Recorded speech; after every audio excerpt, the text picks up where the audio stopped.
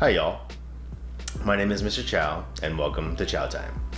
Today I'll be reviewing this watch, which is the Seiko SBDC003, or otherwise known as the Blumo, because this is the blue variety of the Sumo. The way I review watches is I compare the watch to a set of well-defined criteria, or in other words, a rubric. The rubric template is available down in the description below. The first part of the review will be an objective rating on a standardized scale. This will be on both the form and the function of the watch, and will total to 60 points. Then I'll rate the watch on more of a wildcard category. This will be the brand heritage and prestige, and this will be slightly less objective. It will also be on a 1 to 10 scale. So this in total will give a raw score of 70 points. However, because money is an inescapable part of our lives, and I think about it on a daily basis, I will be applying a value multiplier. It's basically a non-scientifically formulated equation that models the diminishing returns of a watch as you go up in price. Essentially, the more expensive the watch, the less you get for it.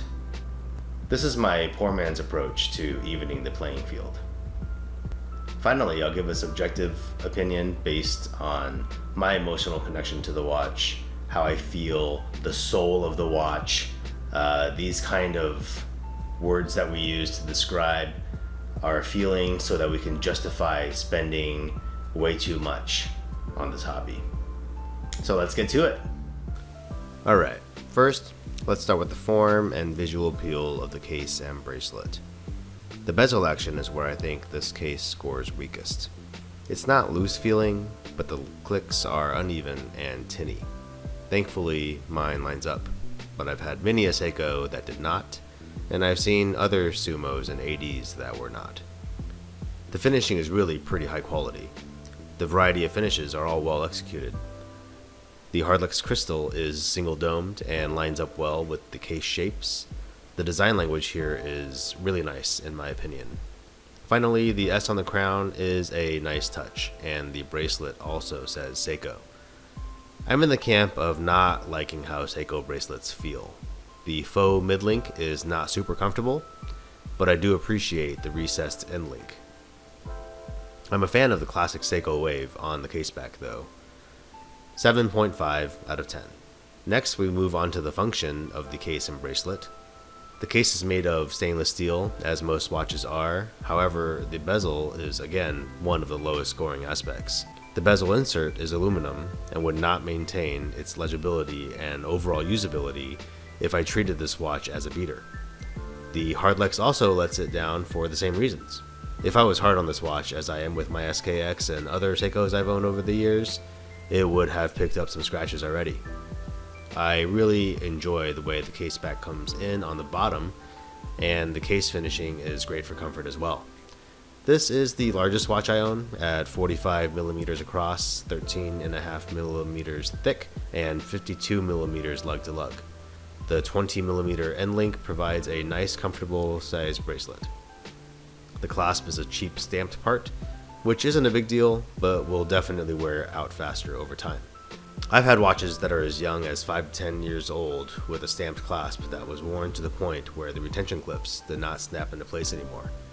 Having said that, I'm glad that the clasp has push buttons to release.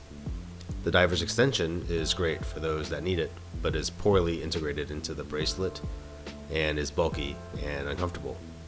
The crown between 3 and 4 o'clock has some excellent grooves to grip, which is great.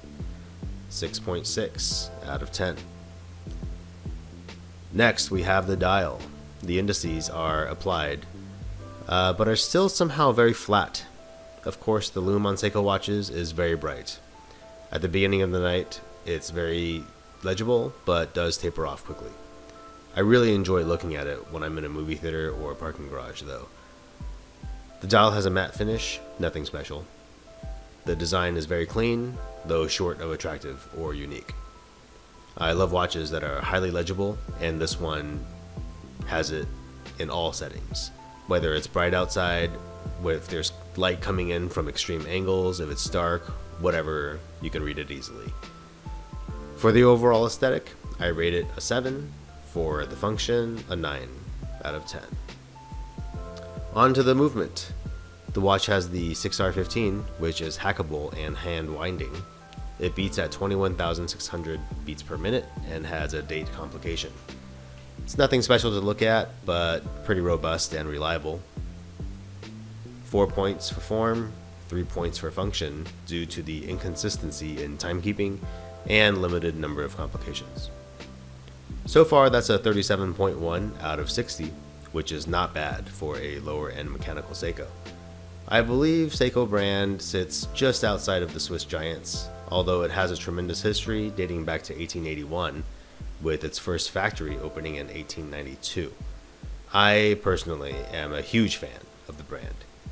They're a bit of a gateway into the mechanical watch world, especially before the recent boom in micro brands.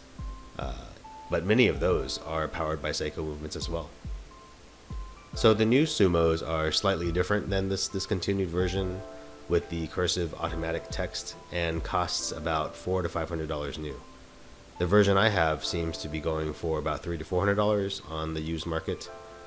I'll use $400 because I like to go on the high end to capture what a better example would sell for.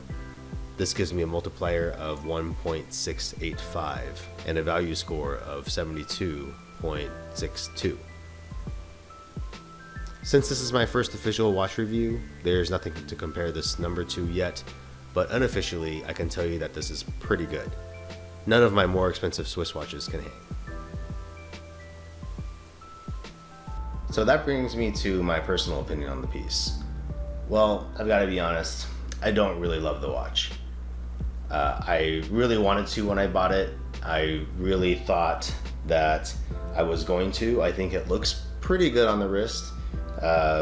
When I think about it objectively.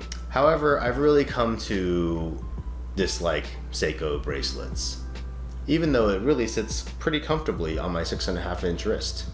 For me, the bezel also detracts from the overall feel of the watch. It just doesn't feel good to use, and that detracts from the overall experience.